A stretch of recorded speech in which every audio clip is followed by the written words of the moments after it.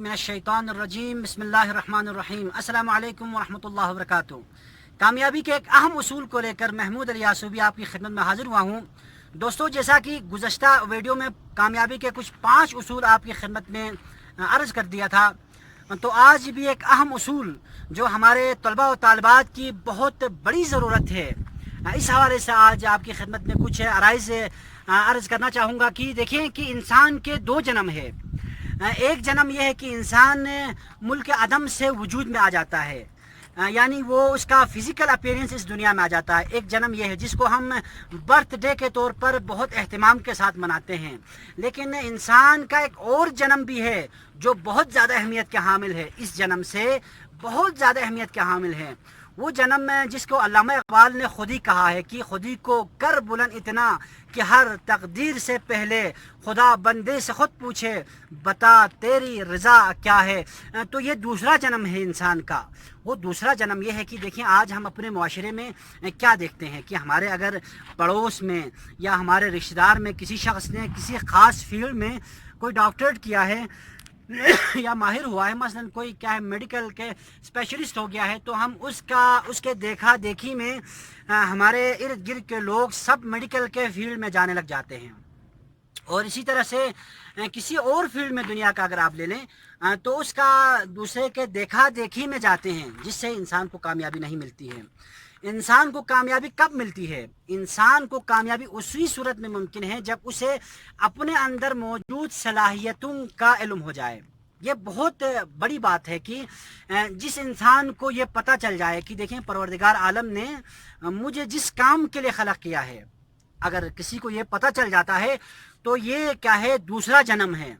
उसको बहुत एहतिमाम के साथ मनाने की ज़रूरत है। जिस तरह से हम बर्थडे मनाते हैं अजीज़ दोस्तों, कि अगर आप वाक़ईन इस बात को, यानी जिस दिन आपको ये इल्म हो जाए, आपका वजूद बोलने लग जाए कि देखिए परवरदिगार आलम ने मुझे इस काम के लिए खलक किया है। अगर कोई कंप्यूटर में माहिर है, कंप्यूटर में उसका दिमाग बहुत चलता है, उससे आसानी से कंप्यूटर के मसाइल हल हो जाते हैं, तो इट्स मीन वो क्या है, कंप्यूटर के इस शोबे के लिए परवरदिगार आलम ने क्या है, खलक किया है। तो उसे उसी फील्ड में जाना चाहिए। जब वो उसी फील्ड में जाएगा तो यकीन जानेगी कि वो क्या है, उस फील्ड का शाहकार होगा, उस फील्ड का क्या है, शहंशाह शुमार होगा। इसी तरह से दुनिया के किसी फील्ड में भी अगर वाक़ईन कामयाब होना चाहते हैं हम लोग, तो हमें इस उसूल को सामने रखने की ज़रूरत है कि हमें दूसरे की कॉपी करने की बिल्कुल ज़रूरत नहीं, बल्कि हमें देखना है कि परवरदिगार ने मुझ में कौन सी सलाहियत रखी है। इस सलाहियत को परखने के लिए आप माहिरीन की तरफ रुजू करें, आप क्या इल्म तालीम के माहिरीन की तरफ रुजू करें, साइकोलॉजिस्ट की तरफ आप रुजू करें। रुजू करने के बाद जो आपका क्या वजूद आपको बता रहा होता है कि परवरदिगार ने मुझे इस काम के लिए खलक किया है। ये ज़रूरी नहीं है कि आप क्या है किसी एजुकेशन के फील्ड से ही हो, बल्कि कोई टेक्निकल शोबे में भी हो सकते हैं। अगर किसी का दिमाग टेक्निकल में ज़्यादा चल जाता है और टेक्निकल के मसाइल, बहुत सारी चीज़ों को आप आसानी से बना लेते हैं, तो इट्स मीन आप टेक्निकल के लिए क्या है अल्लाह ने खलक किया है, आपकी खिलकत टेक्निकल के लिए है। तो आप उसी फील्ड में कदम रखेंगे तो क्या होगा, आप उस फील्ड के सबसे टॉप लेवल की शख्सियत होंगे। तो कामयाबी यकीनन आपकी क्या है, कदम चूमेगी। और साथ में ये बात जहन में रखें कि कल हमने जिस वीडियो में जो बातें जिक्र की हैं उसका होना बहुत लाजमी है।